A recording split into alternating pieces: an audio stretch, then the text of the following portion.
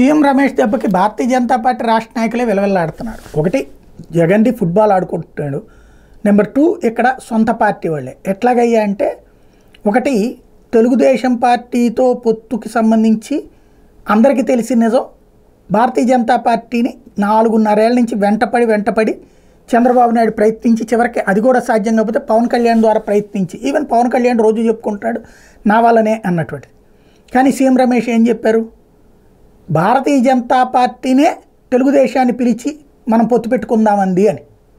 అది భారతీయ జనతా పార్టీకి పెద్ద డ్యామేజ్ వ్యవహారం. నెంబర్ 1. నెంబర్ 2 వచ్చేటప్పటికి అగ్రనాయకులకి ఇతనికి కాంటాక్ట్స్ ఉన్నాయి, ఎందుకంటే అమిత్ షాతో సన్నిహితంగా తిరుగుతారు కాబట్టి. ఇప్పుడు ఆ అగ్రనాయకులతో కథ ఈయనే నడిపిస్తున్నారు. ఎట్లాగా ఎవరు వచ్చినా ఫస్ట్ అక్కడే అనకాపల్లిలోని. సరే, పవన్ కళ్యాణ్ చంద్రబాబు టూర్ నడిచిందంటే ఓకే, రాజ్నాథ్ సింగ్ అక్కడే ఫస్ట్, రేపు నరేంద్ర మోడీ సభ అక్కడే ఫస్ట్. మరి మిగతా పాపం మాజీ ముఖ్యమంత్రి ఏకంగా కిరణ్ కుమార్ రెడ్డి, ఆయన నియోజకవర్గాన్ని పట్టించుకునేవాళ్ళు లేరు. వరప్రసాద్ తిరుపతి పార్లమెంట్ నియోజకవర్గం, ఆయన నియోజకవర్గాన్ని పట్టించుకునేవాళ్ళు లేరు. ఇప్పుడు పురంధేశ్వరి, ఇప్పుడు ఆవిడకి కూడా ఏమన్నా ఈయన గిఫ్ట్ ఇవ్వాలి, మీకు కూడా తీసుకోండి అని చెప్పి, అంటే 2 రోజులు ప్రధాని పర్యటనలో రోడ్ షో ప్లస్ సభ ఉంటాయట.